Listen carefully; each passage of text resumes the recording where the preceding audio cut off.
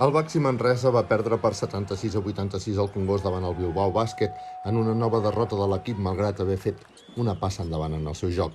El Baxi Manresa va sortir al 5 inicial amb Martínez Jeven, el nou pivot del Manresa, que ja de partida va demostrar que calia tenir un jugador alt, fort i intimidador. Malgrat tot, el Bilbao va demostrar la seva qualitat a Manresa durant tot el partit i va dominar en el marcador. De fet, i en gran part, a causa d'una defensa excessivament tova, especialment d'un Harding que no tenia el seu dia al darrere. L'entrenador Pedro Martínez fins i tot reconeixia que calia millorar en aquest aspecte. L'afició del Baxi Manresa va tornar a respondre omplint el Congost. Abans de l'inici, desenes de persones aficionades van rebre els jugadors quan arribaven al pavelló per poder-los donar ànims. A l'arribada, l'afició es trobava amb els nous marcadors instal·lats al pavelló i que van permetre, entre d'altres, poder cantar en format karaoke l'himne del Baxi Manresa.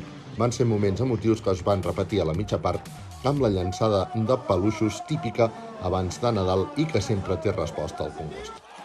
La derrota complica encara més la situació del Baxi Manresa a la classificació, que ara haurà de rebre un calendari ACB que pot ser extremadament clau per aconseguir l'objectiu de poder salvar la categoria. El divendres, dia 30 de desembre, el Baxi Manresa rebrà el Girona, que aquest cap de setmana ha aconseguit la seva tercera victòria davant el Saragossa.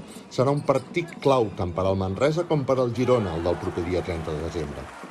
La primera setmana de gener, el Baxi Manresa es desplaçarà a la pista de l'Obradoiro, un altre dels possibles rivals directes del conjunt de Pedro Martínez, i el dia 8 de gener es rebrà el Congost al Saragossa, un altre dels rivals directes del Baxi Manresa.